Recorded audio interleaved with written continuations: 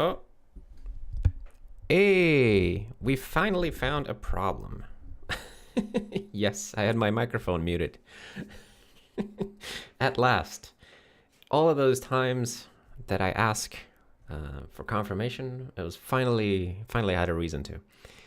Thank you very much for pointing that out. Okay, we are live. Good to see everybody here.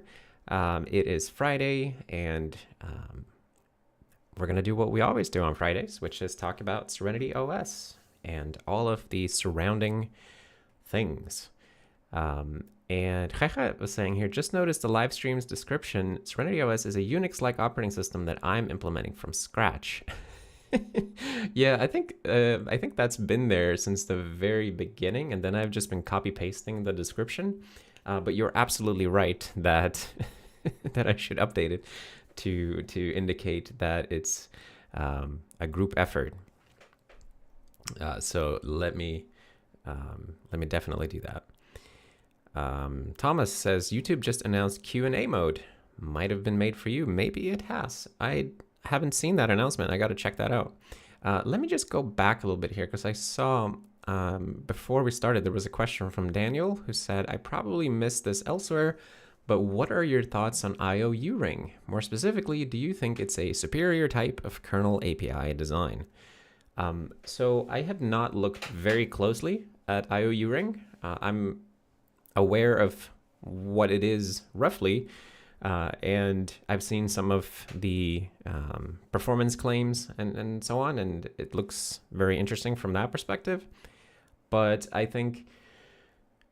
guess I'm not super interested in doing stuff like that for Serenity right now because we have such simple performance problems that are standing in our way that are much easier to deal with than like experimental new APIs. So I guess I am happy to let the Linux people figure out sort of this ring buffer based IO without syscalls, and then once they know how to do that in a nice and friendly way, then we can just pick up what they learned and take the good stuff for ourselves like we do with everything else. So I don't really have a comment on if it's a good or bad API design. Although I guess I would say that generally speaking, I would expect to hide this kind of API from most application code in the end, so that you don't have that many clients of any syscall API, but rather you have some kind of a library code that sits between the kernel and your user space applications. So I don't know if it's a superior API design, but I'm sure I will have opinions on it after I've messed around with it, after I try to do something similar. But at the moment, I just don't have the experience to give mature commentary. Mad Lion said that they are a beginner developer who watches my videos. Cool. I hope that you can find some interesting bits and pieces. I know that this channel is not geared towards beginners, but I think there's still great value in watching people who are more experienced, like watching them work and sort of hearing how they think through problems and things like that. So I'm glad to hear that you evidently find it interesting. And I hope you stick around, and then you'll start to get more out of it as you yourself gain experience. Also, hello to Milan and everybody else. And let me catch up here. Johnny Rice said, I'm sorry if I live under a rock, but are there any plans for a full compiler for Yacht instead of transpiling to C++? Well, we don't really have plans, or at least I don't have plans one way or the other for anything that I do in this project. But when it comes to compiling to native code instead of transpiling, that's not really something that is useful to us at this stage, because the first first stage of Yacht deployment is essentially going to be using it together with C++. So it has to fit into a majority C++ code base. And because of that, it needs to be able to interface with C++ templates and all these kinds of things that would just be very, very difficult to do if we tried to do our own native code generation. So it's not in any way any kind of focus at the moment. But in some distant future, hypothetically, if we were to replace all of our C++ code with Yacht code, at that point, of course, it doesn't make sense anymore to transpile. But that's a long way from here. So let's see. Misag says, well, hello, Andreas. A while ago, I picked up C++ inspired by your content. Today was my first week as a software engineer. Thank you for helping me find joy in programming. The C++ shortcut is real. Cool. Congratulations on scoring a job. I have a question too. Could you please give me a primer about how multi-threading and multiprocessing is implemented in Serenity? This is a broad question, but a general overview would be appreciated. Sure. So if we look at let's boot up the system. So if we look at the process table, which I mean, the most Serenity way to do that is probably to bring up the system monitor, actually. So what we see here are processes, and some of them also have a little expansion plus here on the side where you can expand, and then you see threads inside of that process. But most of our programs that you see here, they only have one thread or the main thread, but we do support multi-threading. It's just that we don't use it much yet. So the way that the kernel is implemented is that we have a scheduler that works on threads. So as far as the scheduler is concerned, there are threads that want to run, or they are waiting for some kind of condition to come true. Or in other words, they're blocked on something. And in the kernel, the thread concept is implemented by the thread class. And every process has one or more threads inside of it. So thread, this is the scheduling unit that gets scheduled on one CPU. And then we also have the process class, which implements a process. And it's, at least in my view, it's pretty intuitive if you understand the basic Unix-like threading model or process model, where you have like a table of processes, and they exist in a tree conceptually because processes have parents. And every process has a list of threads. So let's see how that is stored. Yeah, we have m thread list in the process. And basically, when the scheduler runs, it just picks a suitable thread to run. So the scheduler you will find in the scheduler class, although it's never actually instantiated. All the functions are just public static stuff. But if you want to see where we pick the next thing to run, you will look at scheduler pick next. That picks the next thread to execute on the current CPU. And if I recall correctly, when you're running in multi-core mode, then every CPU runs its own scheduler, and it just picks the next thread by pulling off of a runnable queue. That is sort of a very high-level overview, and it is very, very similarly modeled to other Unix systems. So if you know how threading works on the BSD systems or on Linux, then you have a pretty good idea of how it works here as well. Although we don't implement threads as processes like Linux does. Misag says, okay, so the scheduler is responsible for picking the threads rather than the threads pulling the scheduler to tasks. Right, the scheduler is responsible for picking the next thread to run. So a timer will fire every so often. So I forget the exact frequency, but like we fire a timer, and then if the current thread has executed its allotted time slot, then the scheduler is invoked by the timer interrupt, and then the scheduler picks a new thread to run. Or if there's no new thread that wants to run, but the current thread wants to run some more, we just let it continue. But yes, that is roughly it. Christopher said, Andreas doesn't have plans, but rather goals, correct? Yeah, I guess so. Yeah, I try to think in terms of goals and milestones that I would like to achieve, but I don't really make sort of a structured step-by-step list for how to get there, which works for me, but it doesn't work for everybody. So it's not like I'm trying to impose this on anybody else. It's just people ask me what my plans are, and I just say that I don't have any because I don't.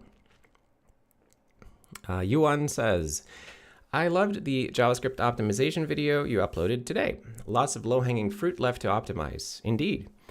I was kind of expecting object/type specialization, but I guess you'll get there soon enough.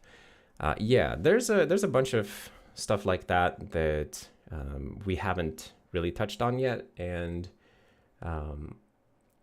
you start to see it when we visit websites in Ladybird, like more complex websites like Twitter or big web apps, like Google Docs and things like that. That they're doing a lot of things that we could optimize pretty easily by implementing inline caches and leveraging the object shape system that we already have in place. We just don't use it for many optimizations yet. So that's going to be fun to do. And we'll get there soon enough. But I actually have a couple of more things I want to do with variable access before, because I only did the low-hanging fruit last night, but I think we can also do a couple of mid-hanging fruits and cut the time down even more. So that's maybe the next thing I would do. We'll see. Johnny said, if I don't know any C++, how can I still contribute to the SerenityOS project? So I think in general, what I would advise is to not worry about not knowing C++, and instead just look for something that you would like to work on or improve. And the fact that you're here means that you can probably learn enough C++ to figure out how to do whatever it is that you want to do within the project. It's just, you just have to find an angle that gets you interested enough to push through this roadblock that you're seeing. So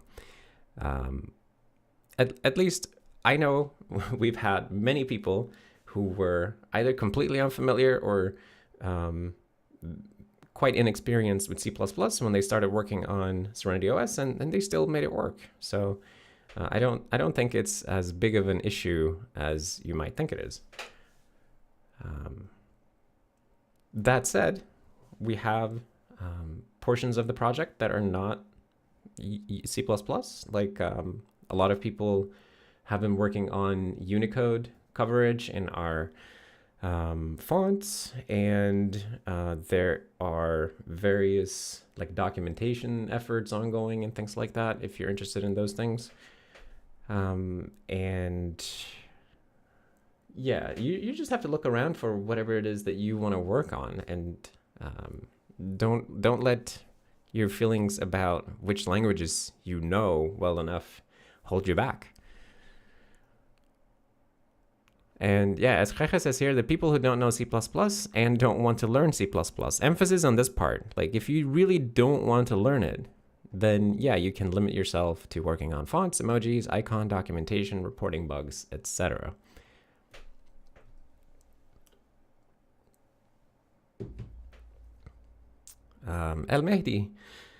El Mehdi says, thank you for great content. I have seen one of your videos to try to understand how location interface in browser is implemented in the browser side. I'm trying to override the main location instance in the window, but unfortunately it looks like this is not possible. I think that is not possible. It's like this unforgeable object or something. I forget exactly what that's called, but there's something special about the location object. Where's the spec? Here.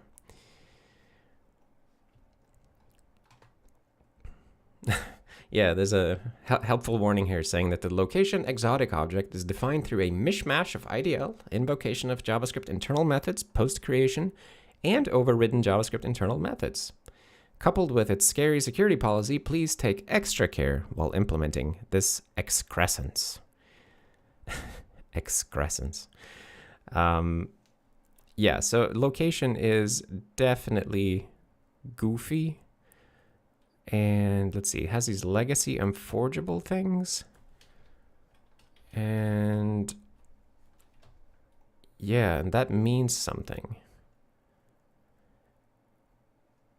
It indicates that the attribute or operation will be reflected as an ECMAScript property in a way that means its behavior cannot be modified, and that performing a property lookup on the object will always result in the attribute's property value being returned.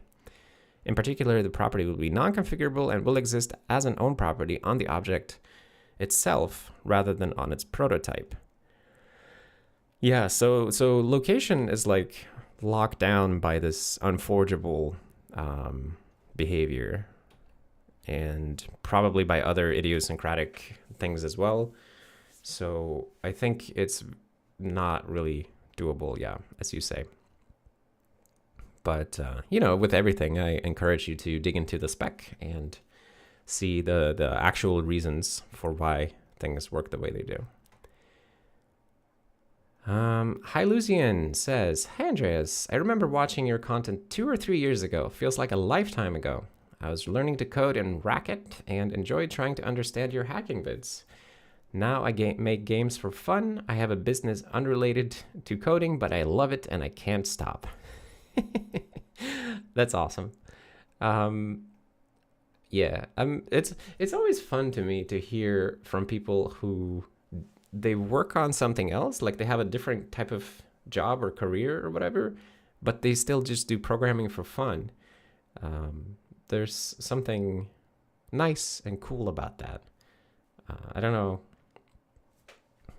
what it is, but I wish we would hear from more people like that, because I feel like oftentimes programming communities are, tend to be full of people who program for a living and then program in their spare time, and their main interest in life is programming. And it's kind of, I guess, healthy to to sometimes hear from people who do something else for a living.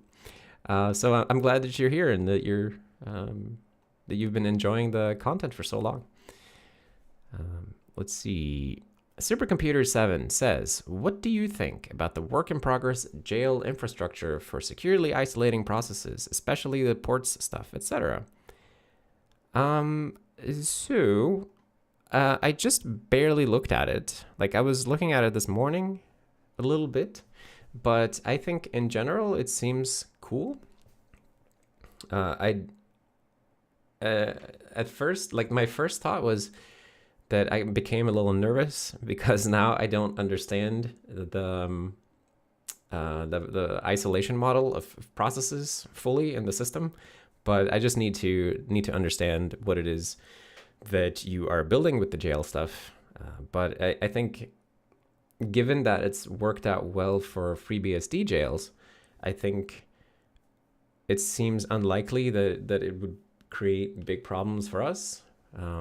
We've certainly had success, like, taking tried and tested ideas from BSD systems in the past and integrating into our model. So I find it cool, exciting to see where it goes. And I really like the idea of further locking down our processes and, like, finding more ways to reduce sort of the shared surface area between running programs and the kernel, and running programs and other running programs as well. So I think it's very, very cool to see new stuff happening in that area, because we've been coasting on the pledge and unveil stuff for pretty long. So taking some new steps into like increasing our ability to lock down stuff. I think that's cool. So I'm glad that you started working on that. MSCLRHD says, was the discussion you mentioned overhearing about running the various performance benchmarks like Kraken, etc., that Mozilla, etc., use on things like Are We Fast Yet to track perf? Okay, so overhearing, that was probably in my video that I posted yesterday. I said that I overheard a discussion that people wanted to run some benchmark, and actually the benchmark was, I think it was a benchmark to see if optimizing for, there's this ARM instruction for like floating point conversion or something. And I think somebody had prototyped, yeah, there's this floating point JavaScript convert to signed fixed point, which is a specialized instruction in ARM CPUs for performing like JavaScript friendly conversion between numbers. And somebody had made a patch for libjs that made us use this on ARM CPUs, and they wanted to find out like how much faster we were with this patch. And that's what the benchmark was about. So it wasn't about running like some bigger benchmark. It was literally somebody just trying to benchmark this one little thing that they had. But the various performance benchmarks like Kraken and stuff, I've been messing around with those a bit recently, and we can actually run many of them. Although we don't have a harness to set up to run them in a nice and easy way. But I actually have them as part of the WebKit repository. So they are in performance tests. And then in here somewhere is like Kraken, as you mentioned, or they call it something else like Sea Monster for some reason.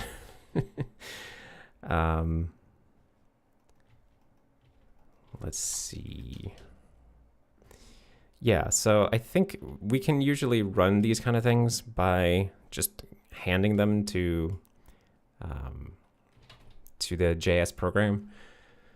Where would that be? Serenity, build, logum, JS, AIA star. Okay, maybe it wasn't that simple. Well, I have Kraken here somewhere too. Don't I have Kraken? Oh, here it is. All right. Right. The way you run it is you have to run both the data script file and the AIA-star.js as well. Then it will just concatenate them. And then it takes forever to run, but it is actually possible to run them, so that's pretty cool. And one thing that would be sweet is to be able to run these things continuously, just like Are We Fast Yet does, and graph our runtimes for the various tests so that we can easily track how we're doing and catch regressions visually. Yeah, it finished without error, so that's pretty cool. Kyle Davis says, I've been working with C# at work and it's different. Yes. Yes, it is a bit different. Andy said, just letting you know that you have subscribers only mode for the chat. People cannot post messages unless they subscribe and wait 5 minutes. Yes. YouTube gave me the option to turn that on. And I thought, you know what? That seems perfectly reasonable. It seems like a low bar to participate in the live chat that you would subscribe to the channel. And if that prevents some spamming, then I think that's probably fair. Anyway, let's see. Jeja said, Andreas, approximately how much of your time do you spend on programming in comparison to administration of the project, like content creation, blog posts, Discord chatting, store updating, interviews, etc.? You know, I don't have a number on that. Like I don't track that in any way. So I couldn't give you an accurate number, but on general feeling, I would say I probably spend at least 80% of my active time programming, maybe 75. I try to keep it high, but I also make sure to try to help at least one other person with something every day, and make sure that I do something to keep the project rolling forward that isn't just like me working on my code. But you know, sometimes you just get lost in excitement for whatever it is you're working on, and then it's easy to lose track of time. But I do try to make an effort to do other things than programming every day. So as you say, like content creation, blog posts, things like that. It takes a fair bit of time, and it is harder, I feel like, than programming. So whenever I try to write blog posts, for example, it's such a grind. It takes me way long to get any words to come out, and but it also seems kind of worth it in a way, because it does tend to generate mostly positive attention for the project, and if we get like 100 new visitors and one of them ends up falling in love and sticking around and working on the project together with us, then I think that was time worth spending. But it is hard. But yeah, so I would guess I spend probably 75% of time pure programming.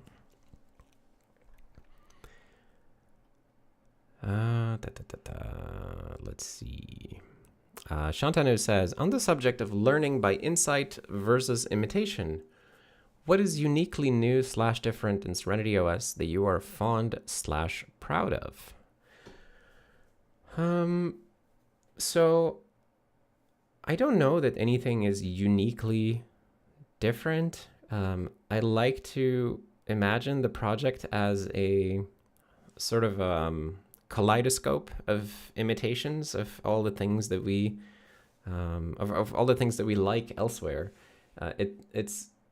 It's really a project that does not try to innovate for the sake of innovation, but rather just tries to identify things that work really well and then take them wherever we find them. You know, with the least amount of prejudice, and like just being willing to admit that something is a good idea and then taking that and trying to make it fit. And maybe that methodology in itself is something that is uniquely new / different. And you know, maybe not everybody agrees that is how we do things, but that's sort of how I think we do things, or how I think of what we do. And in terms of like things that we do differently, one thing that sometimes comes up is that people point to our JSON-based file system for the kernel, which, you know, it is. I haven't seen any other system do that. Oh, there's a new Jails file here. I wonder what that thing has. An empty array. Of course, because I don't have any jails. But the fact that we have JSON coming out of the kernel, I think it's an interesting concept that I'm really happy with, and I feel like it's served us well, and it's really like extensible. But it's also like not a new idea. It's just taking existing ideas and combining them in new and interesting ways. So I guess that's sort of my feeling about that. Let's see. Misag said that programming is fun. I get the same joy out of it as playing video games. That's kind of interesting that you say that, because I kind of agree, but I also use video games as my contrast thing. So whenever I feel like I'm tired at the computer and I just want to do something else for a bit, what I do is I go and I play video games. And I've been playing a lot of the From Software games lately. Just grinding my way through Dark Souls 3 for the, I don't know, 8th time or something. But it's fun, and it clears the head, so I can get back to working on programming stuff. By the way, if you haven't been following my stuff on Twitter, I've been posting a lot of fun things, screenshots of Ladybird recently. And one thing that I did yesterday was I found this DOS emulator thing that you can play with online. And it lets us load DOS games into an emulator that actually works in the browser. And this is definitely going to be an area where we have to push our optimizations a little bit better because it is very, very, very sluggish. And I think it is actually running right now, although it just takes a long time to load. And at least yesterday I was getting something like 2-3 seconds per frame, which is not generally how you want to be measuring frame rates. So lots of work to do here, but very cool. The fact that we can actually load DOSBox, and it's like DOSBox recompiled to JavaScript using emscripten, and this is very cool. I wonder if it is the WASM DOSBox or WASM emscripten or JS emscripten. Probably JS, since I didn't see any WASM downloads. Maybe we can just look at this file. By the way, did you know that you can just vim a URL and it will download it for you? That's pretty cool. Oh, okay. Well, that's very pleasant.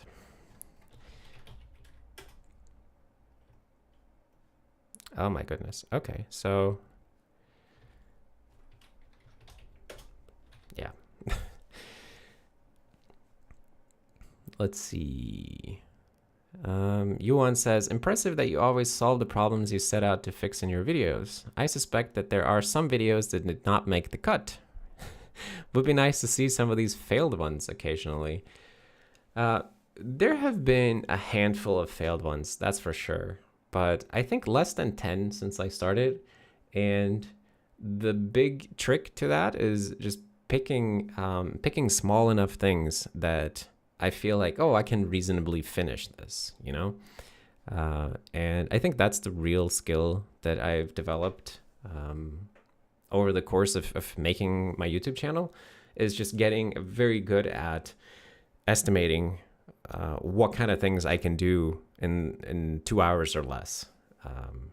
When I started out, I was very, very conservative with the type of things I would try to attempt. And then I got a little braver, and yeah, it's it's evolved.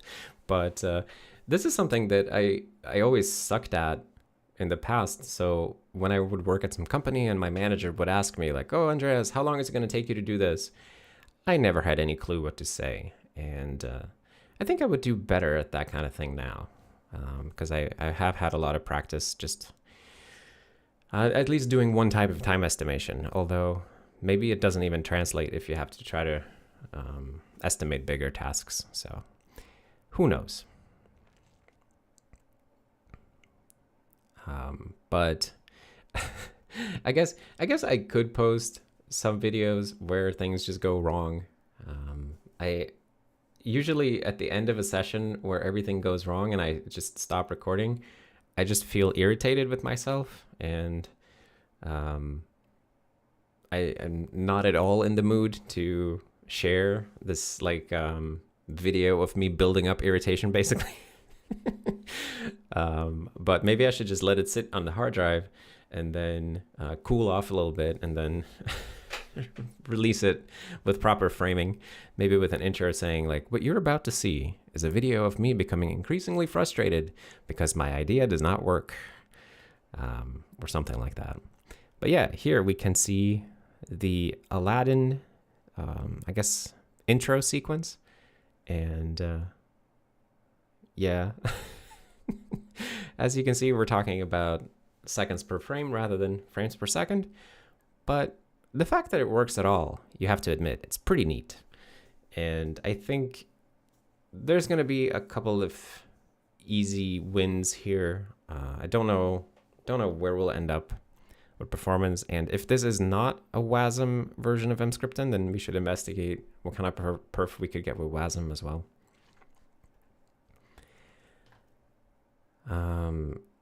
Let's see. Marek said, what does the red flash in terminal emulator mean? You mean this thing? That is a visual bell. It's sort of a substitute for beeping. So instead of beeping, you can edit the settings here and set it, if you want to have a beep, you can set it to beep. The beep sound is honestly one of the worst sounds ever. And I don't know why we have it in there. It's really terrible. I don't even want to hear it, so you can try it for yourself if you want. We should replace it with a better beep. It's an awful sound that I added very early on, and then it just stuck around. So visual bell is the default. So whenever the terminal wants to beep, we just flash the background red for half a second or whatever, and then go back to normal. Let's see. Yuan said that it would certainly encourage beginners to see that the reality is that sometimes you don't get a lot of things done. Yeah, but I think there are many ways to illustrate that. What I try to generally convey with my videos is that if you scope your tasks tightly enough, then you can usually do them. I think that's the real important thing for people to learn, or if there's anything I want people to learn from my time management stuff, it's that you can chop things up until they're so small that you can actually do them, right? Let's see. Retro Game Plus says, hey Andreas, I've been watching for a long while now, and I just wanted to say thanks for all you do and keep up the great work. Well, thank you for saying that, Retro Game Plus. Retro Game Plus sounds like a YouTube channel, where somebody says like, what's up guys, welcome back to Retro Game Plus. Are you such a channel? YouTube, or are you just a YouTuber with a cool sounding name? Retro Game Plus. I don't know how to get to your channel. Go to channel. Oh God, please don't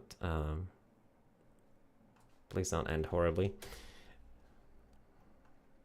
Oh, okay, it's not a big channel yet, but that would be a cool thing. You got a cool name there.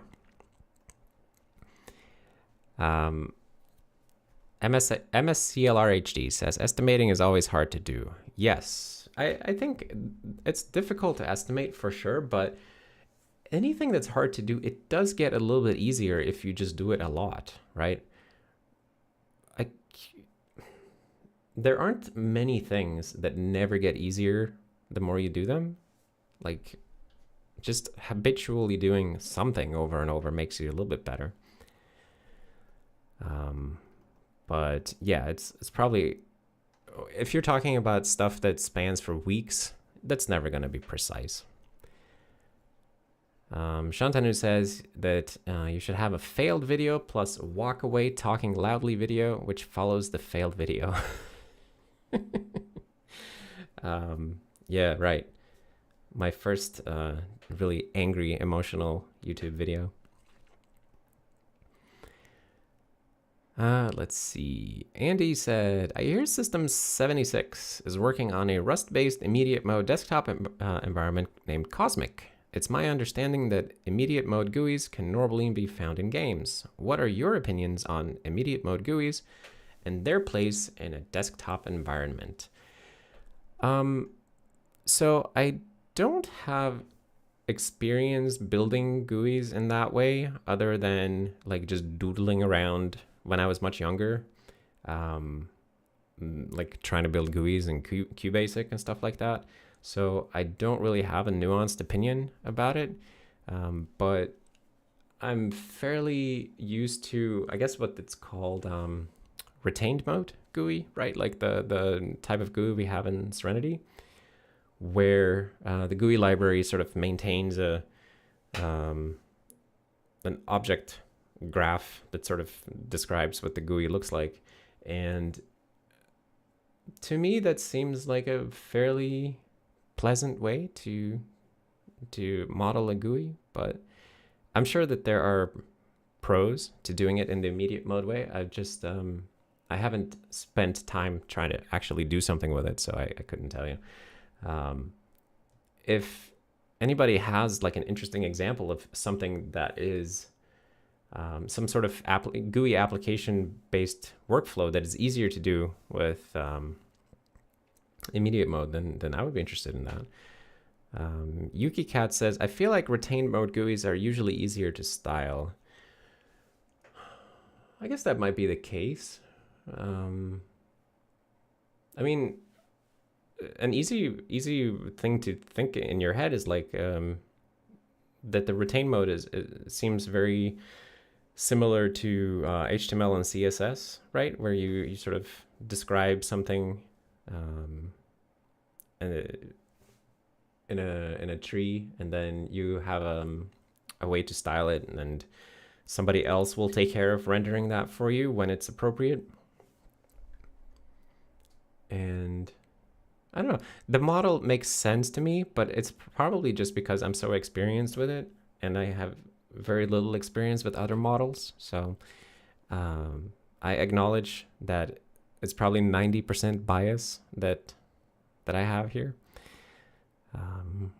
If anybody has interesting examples of immediate mode GUI application code, I would love to see them. Let's see. Lucas says, hi, Andreas. Hello, Lucas. How's it going? Noah says, I've been looking for something to contribute for a while. Is there a spell checker yet? I've been toying with symmetric delete schemes lately, and it's been kind of circling my head. We don't have spell checking. I've seen screenshots of somebody working on red squiggly lines months ago, I feel like, but I don't know whatever happened with that.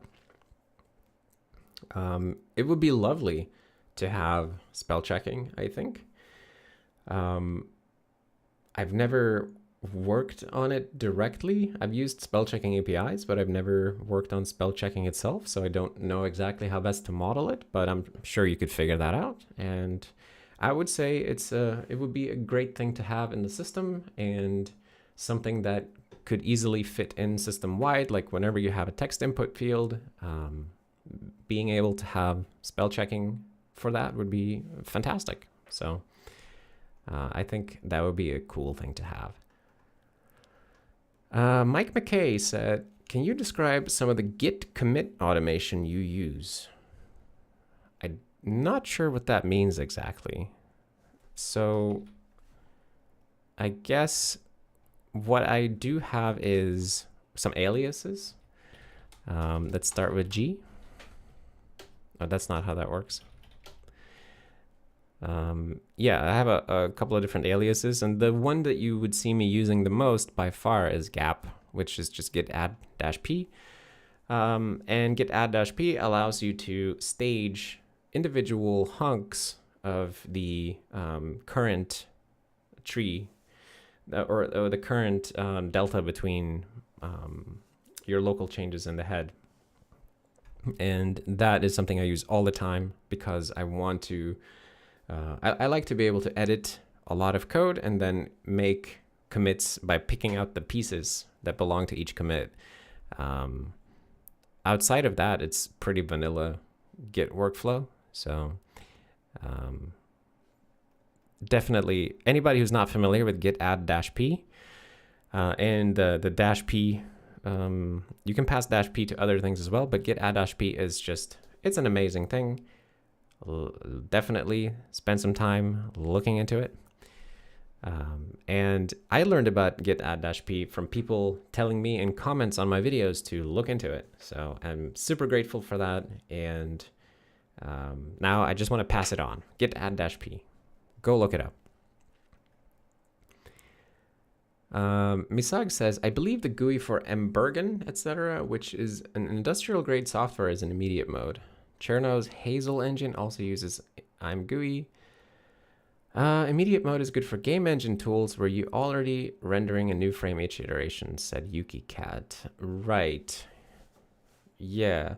Yeah, I mean, I can see the strength of immediate mode GUI if you have to render a whole new frame, like a whole new screen frame anyway.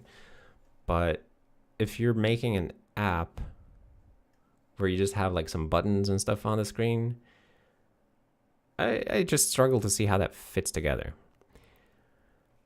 Let's see. Ali said, I got bored of toying with the GUI, so I dropped it. The code is somewhere in my fork of Serenity. Shrug.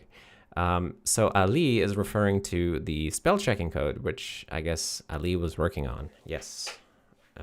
Ali was doing the squiggly lines. And, but you know, I'm sure that anybody who wants to work on spell checking can also have the treat of implementing squiggly lines, because that seems a little bit fun. Ice Bear says, what purpose would you want SerenityOS to be used for? I would want it to be used by anybody for anything that they like. I really don't care what other people use it for, as long as they... If people find something to use it for that is good for them, then I'm happy about that. For me, I want to use it as a desktop system for like everyday use. So that's what I'm working towards. And it's interesting to me that other people are working towards other goals. And I don't even know what most people's goals are. But I have my goals, and that's what matters to me. And then I let other people, you know, work towards their goals. So I'm happy with anything. Cody Mikol says, what are your goals? My goals are to do everything I do on Linux today. I want to do it on SerenityOS instead. So I want to be able to program, make videos, do live streams, browse the web, you know, all of those things. Look at cat videos, play goofy desktop games occasionally. Yeah, like all the things that I do on my desktop, I just want to be able to do those on SerenityOS, and that's kind of it. Ixilum says, and play DOSBox games. Yes, I want to be able to play the DOSBox games. Although we could probably just build DOSBox and then it would run a billion times faster. But doing it in the browser is pretty cool. Aaron says, maybe we should start by porting Perl. Perl? Oh, do we not have Perl? I guess I just thought we had Perl. We don't have Perl. Okay.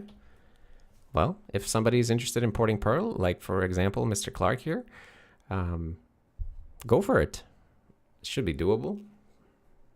Maybe a little bit of hacks, but I would see that doable.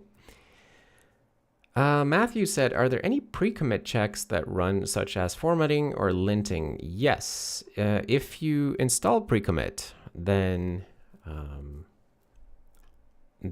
we run all kinds of stuff. So what is it called? Pre-commit. So we have pre-commit rules, but you have to install pre-commit into your repository. I think you do like pre-commit install or something like that. Pre-commit install. Yeah, it's detailed in the contributing MD file, how to set it up. And we have all kinds of stuff. Like we do linting, we do C++ code formatting, and there's a whole plethora of checks. Like it even looks for like dead URL links in markdown files and things like that. Oh, and Matthew also said, do you have any rules in your Vim RC that help you see the line limits for commit messages? I don't think that's in my Vim RC. But at least I don't think it's anything in here that does that. I think I just have the defaults, whatever those are. Tim Schumacher says that Perl is notoriously difficult to cross-compile. Not that I want to disincentivize anyone. Well, there are many things that are notoriously difficult. And we still do those. So I'm sure that we can figure out how to do Perl. Let's see. Shantanu says, SerenityOS target for me is a NES emulator like FCEUX, etc., and Super Mario Brothers. I think we already have a NES emulator. But by all means, port more. Mike Ackers said, would you want Serenity to eventually be able to run Linux binaries, or do you want to keep things pure Serenity?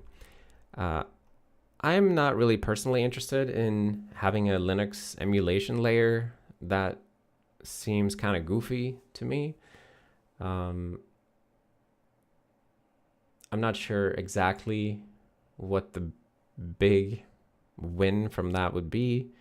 I guess the one argument I've heard is that like, oh, well, if we get Linux emulation, we could run Steam and play all these games. But I think that's a pretty big ask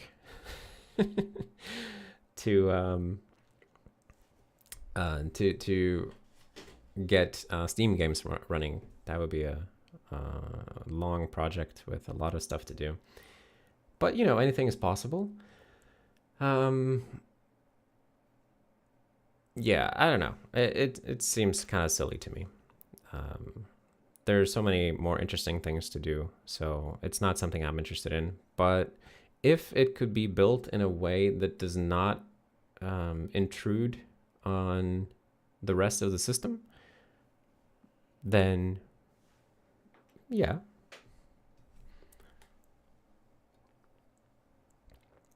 Ian says that the GPU drivers are a bigger task rigging Steam type games than a Linux compatibility thing.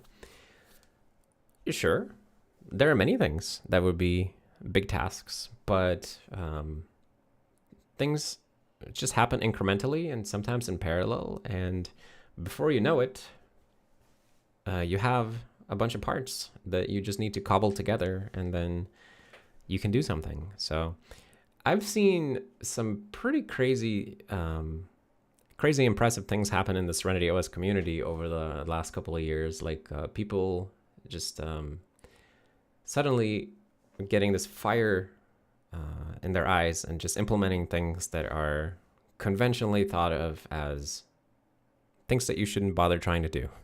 So we'll see what the future holds. I have a lot of faith in the Serenity community for doing crazy things. So we'll see. Andy said, hey, I've been following Serenity for a couple of years now, and I must say I love the browser hacking videos, and I don't think I've ever heard you speak Swedish, being a Swede myself. Nej, det brukar jag inte göra, men jag är svensk. Indeed. Let's see. Jeje said that also a bit late, but I must humbly protest that not knowing C++ is limiting yourself in the project. Any area of work is, in my humble opinion, equally valid. Of course it's equally valid, but it is literally limiting yourself to areas that don't use C++. That's all I'm saying. every area of the project is equally valid. Totally agree. But if you refuse to engage with C++, that means that you refuse to engage with a large percentage of the code base. That's my whole point. Let's see. Yaknes Monster port when, said Ali and Ixilam. Yeah.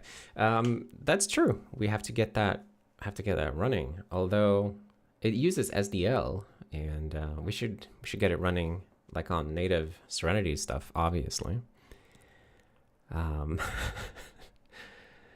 Should try to bait JT into working on that, actually.